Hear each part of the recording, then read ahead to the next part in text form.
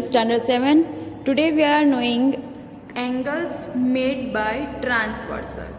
अब ट्रांसवर्सल का मीनिंग क्या होता है? अगर दो लाइन को एक ही लाइन कट कर रही है, मतलब इंटरसेक्ट कर रही है, उसे ट्रांसवर्सल बोला जाएगा। और उसके हिसाब से जो भी एंगल्स क्रिएट होंगे उसके बारे में आज हम जानने वाले हैं। तो first of all interior angle. Interior मतलब अंदर के जो भी एंगल है, तो यहाँ पे देखिए एंगल 3, एंगल 4, एंगल 5 और एंगल 6, ये हमें इंटीरियर एंगल मिल गए। अब एक्सटीरियर एंगल मतलब जो भी बाहर के हैं, जैसे यहाँ पे angle 1, angle 2, angle 7, angle 8। Next pair of corresponding angles. अब यहाँ पे देखिए एंगल 5 और एंगल 1 और एंगल 5 ये एक दूसरे के कॉरस्पॉन्डिंग है। नेक्स्ट एंगल 2 और एंगल 6, वैसे ही एंगल 3 और एंगल 7 और एंगल 4 और एंगल 8 ये एक दूसरे के कॉरस्पॉन्डिंग एंगल्स है। अब नेक्स्ट देखिए pair of alternated interior angle. हमें क्या करना है? अल्टरनेटिव लेना है, और वो भी सिर्फ इंटीरियर का। इंटीरियर मतलब अंदर का, और अल्टरनेटिव लेना है। तो 3, 6, एंगल 3 और एंगल 6 और एंगल 4 और angle 5। Next pair of alternated exterior angle. अब हमें क्या करना है? एक्सटीरियर एंगल का लेना है। तो एंगल 1 के साथ एंगल 8 आएगा और एंगल 2 के साथ एंगल 7 आएगा।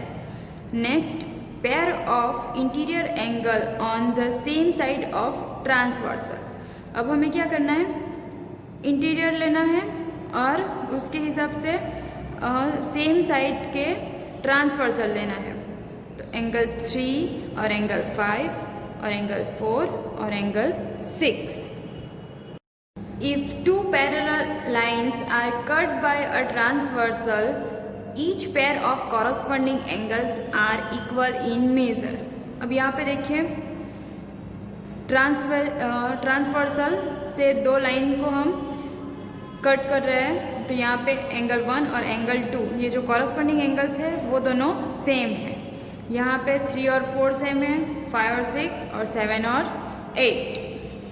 नेक्स्ट देखिए इफ़ टू पैरेलल लाइन्स, दो parallel lines cut by the transversal, each pair of alternated interior angle.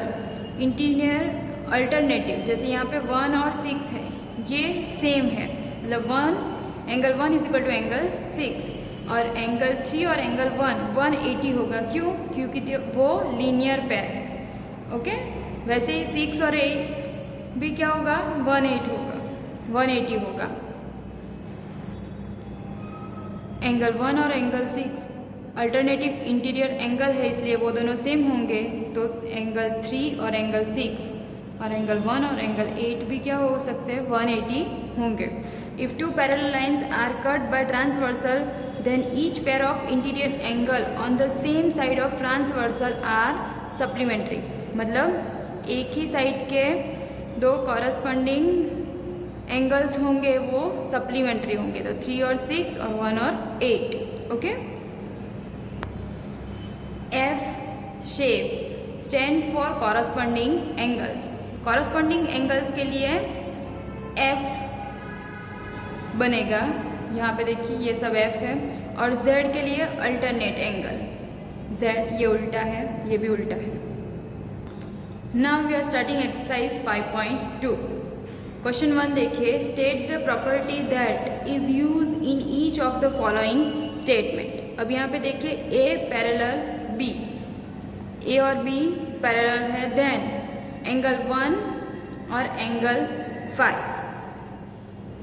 Angle 1 और एंगल 5 क्या है? कॉरस्पॉन्डिंग एंगल्स है एक दूसरे के। Okay, if two parallel line corresponding angles है, मतलब ये दोनों सेम होंगी।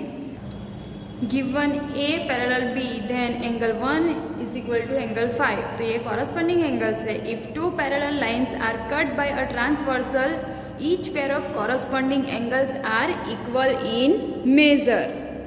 सेकेंड देखिए angle 4 and angle 6।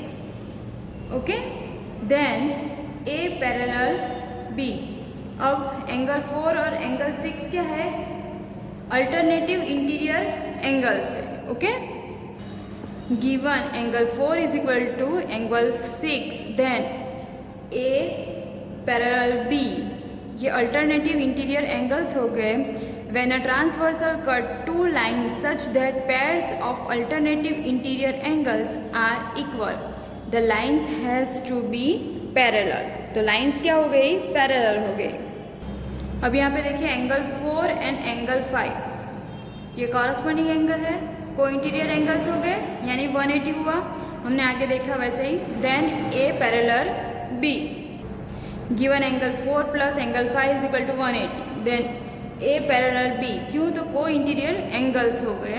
When a transversal cuts two lines such that pairs of interior angle on the same side of transversal are supplementary, the lines have to be parallel. Now question number 2 देखिए. In the adjoining figure identify. यहाँ पे देख के हमें बताना है first the pair of corresponding angle.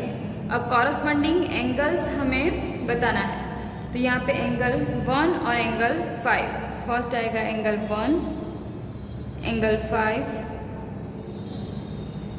Second angle 2 और angle 6, angle 2, angle 6, third angle 4, angle 8, angle 4, angle 8, last angle 3, angle 7.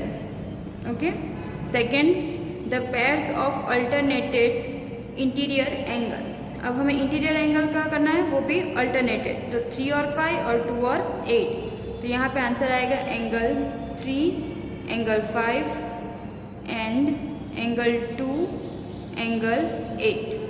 Last third the pair of interior angle on the same side of the transversal.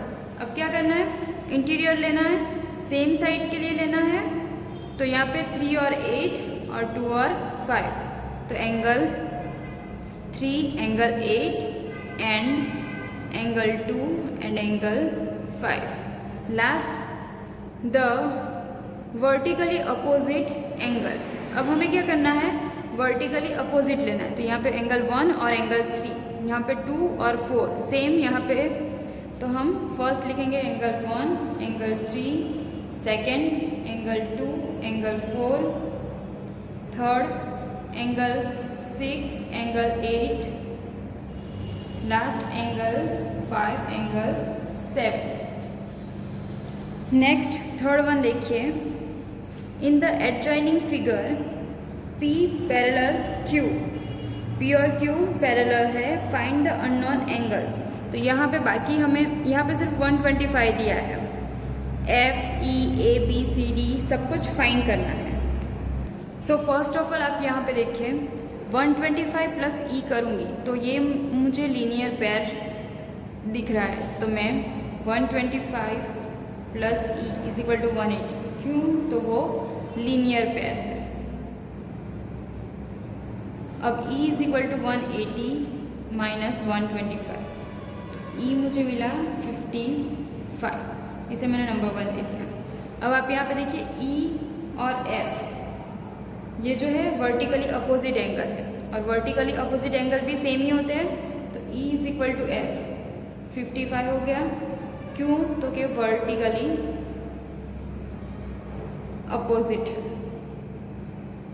Opposite angles. Okay, अब यहाँ पे देखिए A और F ये alternative interior angle है. अगर आप इसे उल्टा करोगे तो आपको सेम इसके जैसे दिखाई देगा. तो A और F जो है वो अल्टरनेटिव इंटीरियर एंगल है, मतलब ये दोनों भी सेम होंगे. So A is equal to F is equal to 55. क्यों? तो कि अल्टरनेटिव इंटीरियर एंगल्स. अब आपको A और B यहाँ पे देखिए ये भी लीनियर पेयर है. A plus B. A plus B is equal to 180. क्यों? Linear pair. A है आपके पास 55 plus B is equal to 180. अब B के लिए 180 माइनस 55. तो आपका आंसर आया 125. अब आप यहाँ पे देखिए A और C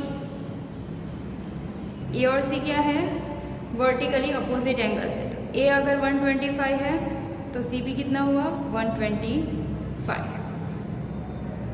अब बी और डी ये दोनों भी सेम ही है। सॉरी, ए हमारे पास है, यहाँ पे ए हमारे पास है 55। अगर 55 ए है तो सी भी कितना हुआ, 55 हुआ। और यहाँ पे बी है हमारे पास 125 और डी भी उसका वर्टिकली अपोजिट एंगल है तो वो भी कितना हुआ, 125। मतलब आपको जो भी फाइंड करना था वो सब कुछ मिल गया। यहाँ पे ए 55 है, बी कितना है 125, सी 55, डी 125, यहाँ पे ई है वो हमने फाइंड किया सबसे पहले 55 और एफ वो भी 55। सबकी वैल्यू मिल गई आपको। Now next question, question number 4, find the value of x in each of the following figure. L parallel M, L और एम पैरेलल है और टी जो है वो ट्रांसवर्सल है। तो यहाँ पे 110 आपको दिया है और यहाँ पे आपको एक्स पता नहीं। यहाँ पे देखिए ये आपके लिए सप्लीमेंट्री एंगल्स है और सप्लीमेंट्री एंगल्स के लिए हमें पता है कि दोनों का प्लस कितना होगा, 180 होगा। तो यहाँ पे 110 plus x is equal to 180। So x is equal to 180 minus 110, तो आंसर आपका 70। मतलब यहाँ पे आपको एक्स मिल गया 70। अब सेकेंड वन देखिए, एल पैरेलल एम और ए पैरेलल बी। सो यहाँ पे आपके पास 100 है, यहाँ पे 80 है, तो ये 180 हो गया सप्लीमेंट्री एंगल्स। अब यहाँ पे देखिए 100 और x हमें फाइंड करना है, तो ये क्या हो गए, एक दूसरे के कॉरस्पॉन्डिंग एंगल्स हो गए और कॉरस्पॉन्डिंग एंगल्स दोनों इक्वल होते हैं। मतलब x इज इक्वल टू 100, क्यों, क्योंकि ये कॉरस्पॉन्डिंग एंगल्स है। क्वेश्चन नंबर 5 देखिए, in the given figure the arms of two angles are parallel. If ABC is equal to 70 degree then find, यहाँ पे आपको ABC दिया है। अब आपको क्या करना है, DGC, DG और C ये फाइंड करना है। अब यहाँ पे देखिए AB और DC दोनों पैरेलल है और BC जो है वो उसका ट्रांसवर्सल लाइन है, ओके। और ABC हमें दिया है 70।